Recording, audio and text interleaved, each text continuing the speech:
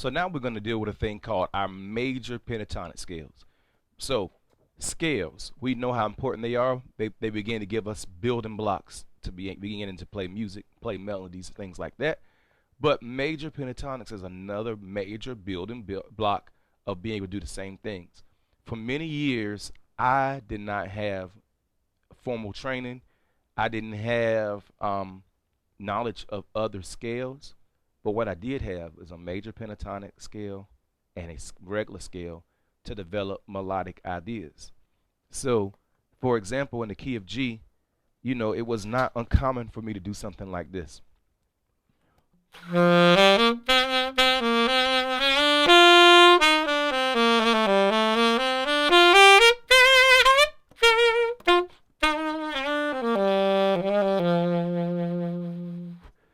That was a mixture of me playing scalular and then doing something major pentatonic together.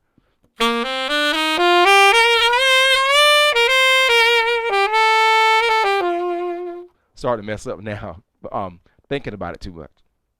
But my goal was to always, and when I did get a teacher, he didn't teach me formally. He taught me from by ear, and he taught me to make the saxophone sing. So these two things allow you to easily make the saxophone sing. When you play a major pentatonic scale, I'm gonna go to C. This is what it sounds like.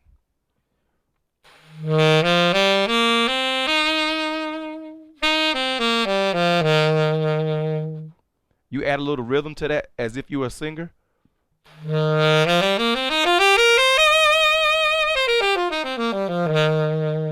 I mean, I added an octave as well. But it's already musical. And if you've seen any of my videos online already, you saw me talk about this in a little more detail about how musical these things can be. So when it relates to having toys to play with so that you can have a better playtime, this is why this is going to be important. So I chose only 3 scales for us to deal with right now. Let's go to the key of C and let's learn this in the key of C now. So the formula, this is how you remember this in every key. There's a formula to this. 1, 2, 3. You skip your 4th note of your scale. Now when I say 1, let me take it to where you can see my hands now. Matter of fact, let's do this angle. C is my 1. That's my 1st note. C. D is my 2nd note. E is my 3rd note.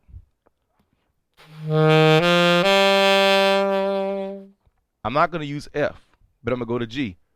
That's my 5th note. And then I'm not going to do my 7th note, but I'm going to do my 6th, which is A. And then I'm going to do the octave, which is C. So one thing we could say that the formula for this is 1, 2, 3, 5, 6, 1, or we could say 8 to remember the octave. So whatever scale you're in, if you play those numbers or those degrees of the major scale, you're gonna always get this. Now again, in my classes online, you've also saw that this should make my girl. That famous riff you hear the guitar playing.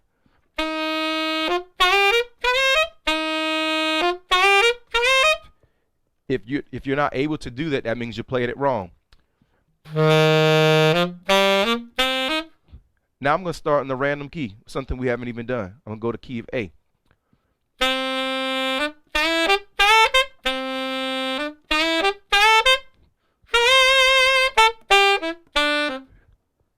So you should be able to get this sound if you're using it properly. And this is going to be something, again, you need to get under your belt. You need to get it to where you don't have to think about it, because it's going to give you a lot of ways to play melodically.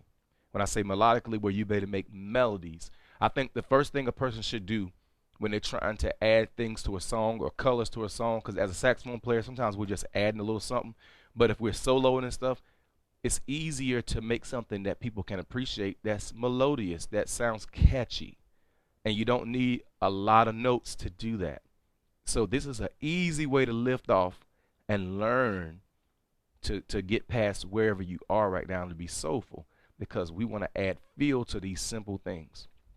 All right, so we're going to get to C major now. Finally, C major, we're going to go 1, 2, 3. What's our first 3 notes of the C major? Our first 3 notes of C major is C, D, E.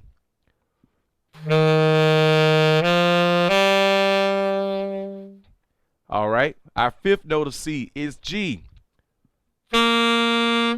6th note of C is A.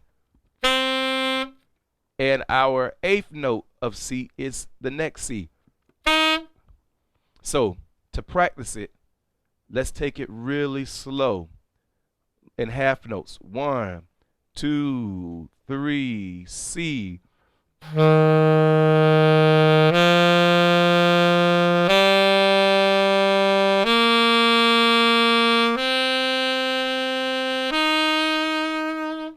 Let's do it again. 2, 3, again.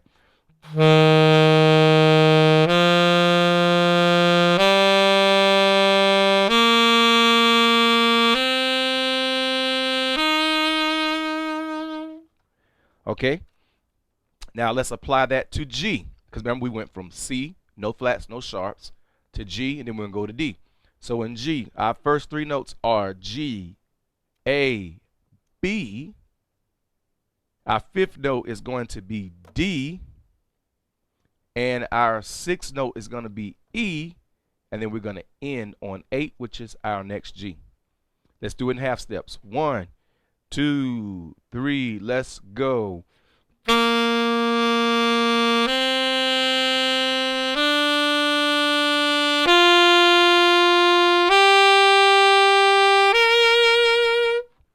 All right.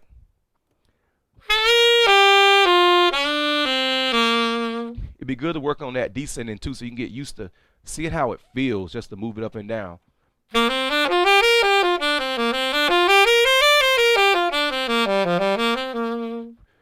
And literally what I just did right now was straight major pentatonic. I forgot to stop where I was supposed to stop, but you see how musical this is. This is one reason why I teach this, because it helped me for many years.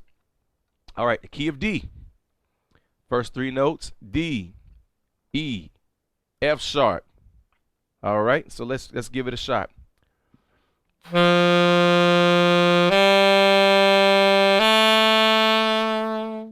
All right, we skip G. Our 5 is A. Our 6 is B. And our 8 is D. Okay, so here we go. Half notes. 1, 2, 3, let's go.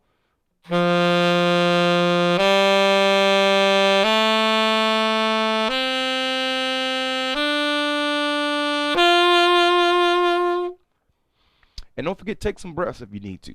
That's all. Breath control is always a good thing, a really good thing, because we play a woodwind instrument.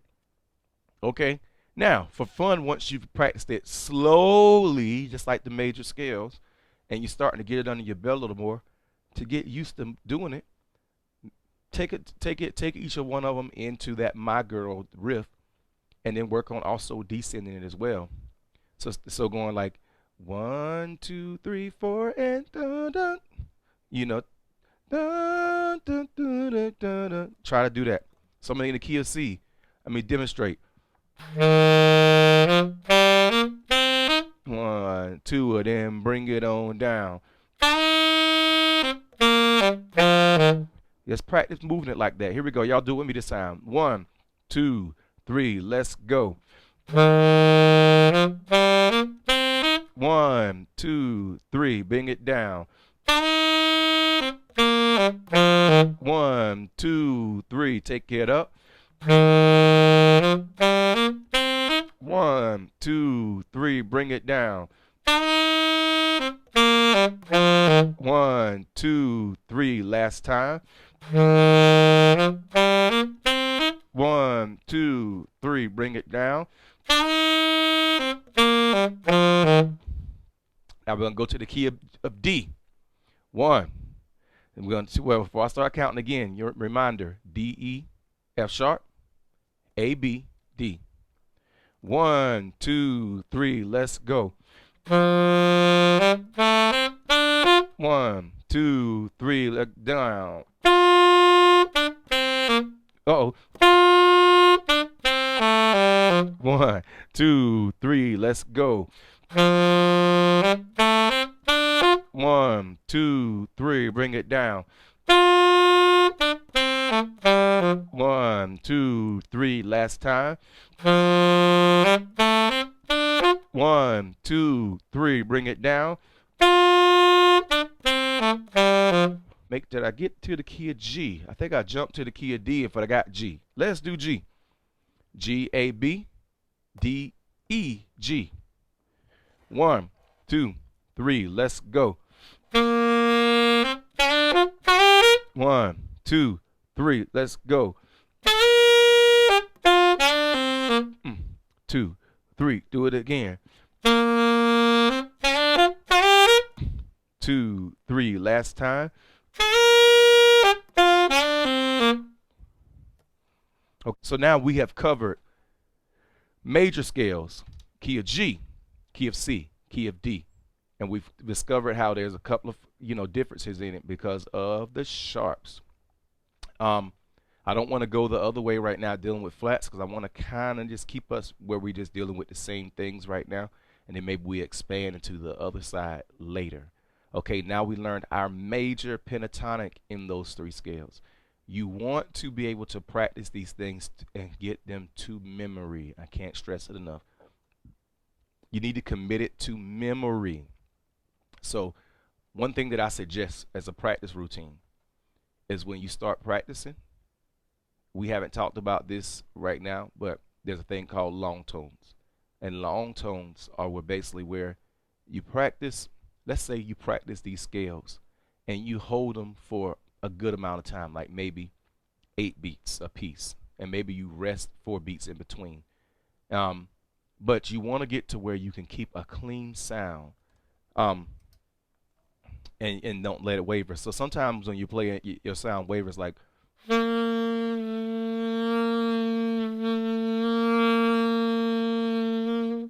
it dips and stuff. We want to work on holding it up. So with long tones, you're gonna go like